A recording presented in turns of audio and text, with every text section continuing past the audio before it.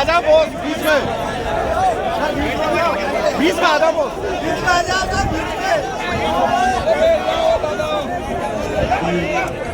भाषण आप सुन रहे थे क्षेत्र के सांसद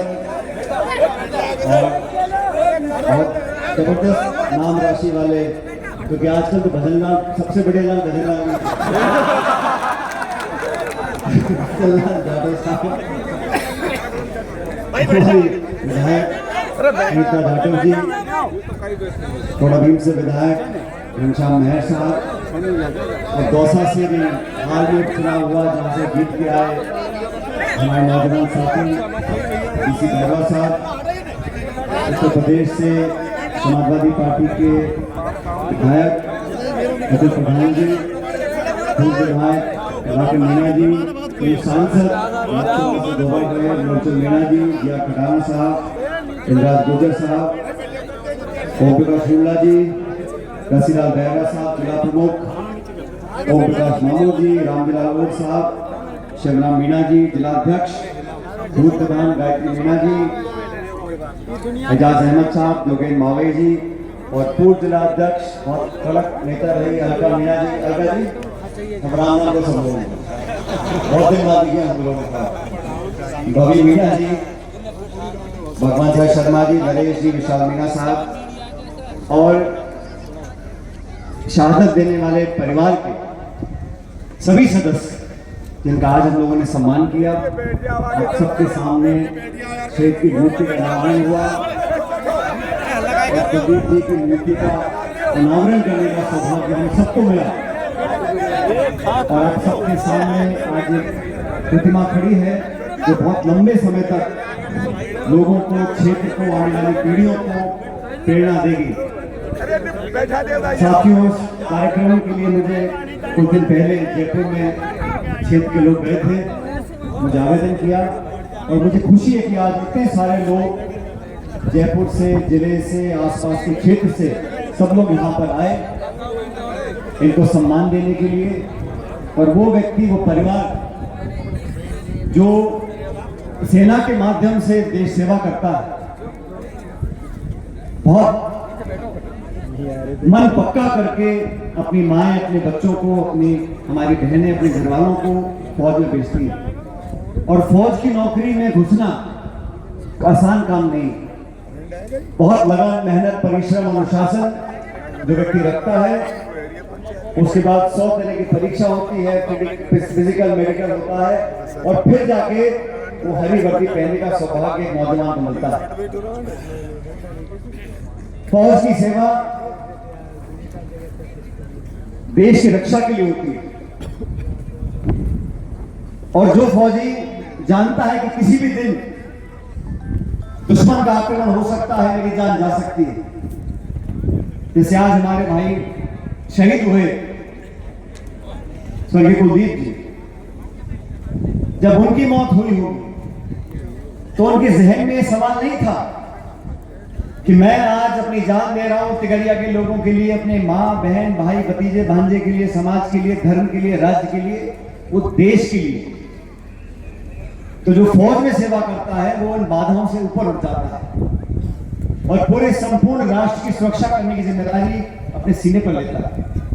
ऐसे लोगों को हम नमन करते हैं, और इस पूरे क्षेत्र में हजारों हजार की संख्या में वो परिवार हैं जिन्होंने कई पीढ़ियों तक सेना के माध्यम से देश की सेवा करी है। मैं इस परिवार को, उन तमाम परिवार वालों को जिन्होंने अपनों को खोया है देश की रक्षा करते हुए, उन सबको नमन करता हूं, अपना शीश झुकाता हूं, और आप सबसे भी आग्रह करता हूं कि हम उन परिवार वालों को संबल दें, ताकत दें, और अपनी पूरी सहायता सहयोग कर आने वाला जीवन उनका बेहतर बनाने की कोशिश करें। साथियों, बाकी लोगों ने बहुत सारी बातें बोली,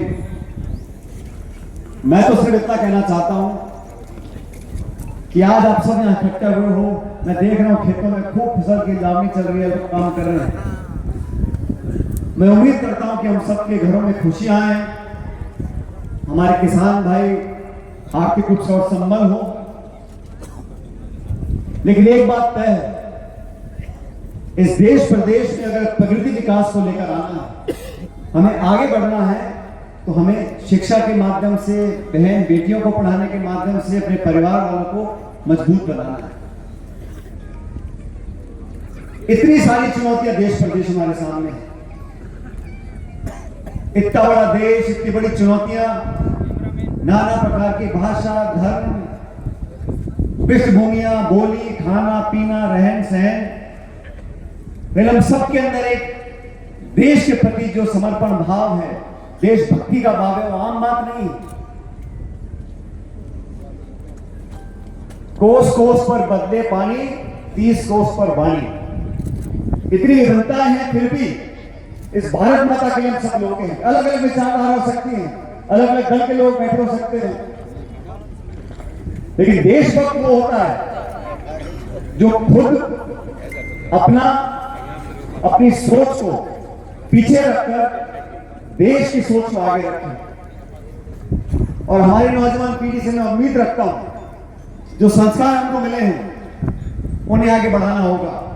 जो शिक्षा में स्कूलों में मिलती है, उसके अलावा हमारे परिवार से, हमारे आसपास के समाज के लोगों से, हमारे इतिहास से हमें समझना सीखना पड़ेगा।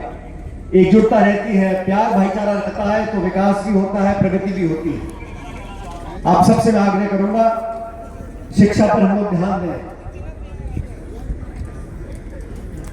फौज की बात हम लोग कर रहे थे, मुझे भी सौभाग्य मिला 2012 में भारतीय सेना का हिस्सा बनने का। स्वर्गीय पायलट साहब भी वायुसेना में फाइटर पायलट थे। मेरे स्वर्गीय दादाजी वो कम पढ़े लिखे थे, वो हवलदार तक रह गए थे। लेकिन फौज,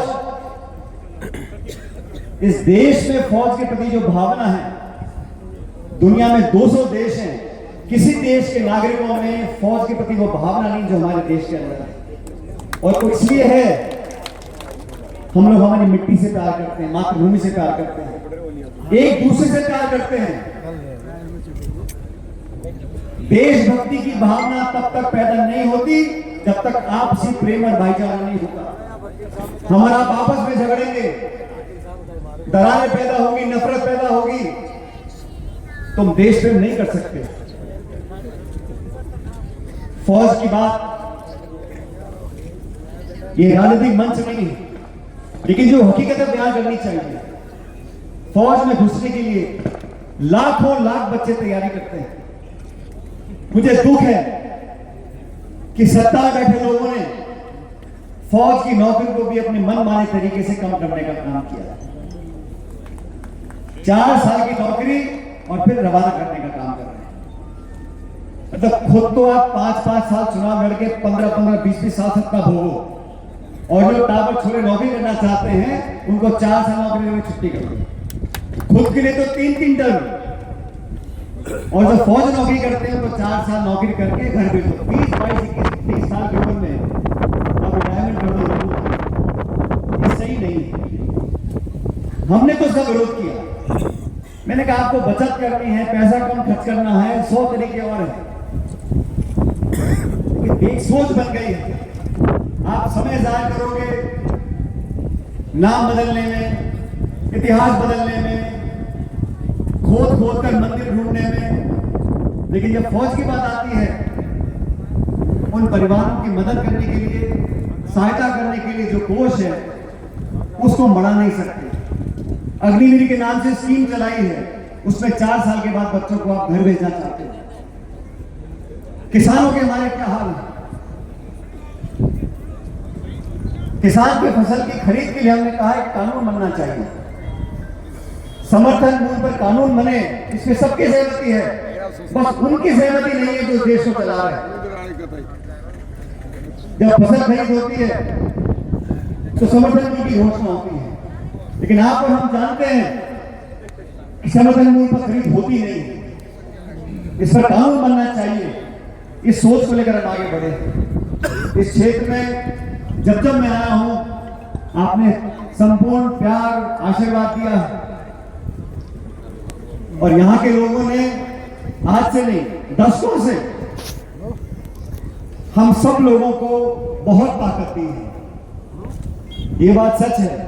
यहां से कभी ना चुनाव लड़े हैं, ना आगे मुझे पता नहीं क्या होगा, लेकिन जब जब भी यहां पर चुनाव का समय आया, मैंने आप लोगों से आग्रह किया, आप सबने 36 कौम के लोगों ने हमारी मदद करने का काम किया। मैं आज आपको धन्यवाद करता हूं और आपसे आग्रह करता हूं, ये स्नेह, ये अपनापन, ये आशीर्वाद आप बनाए रखें।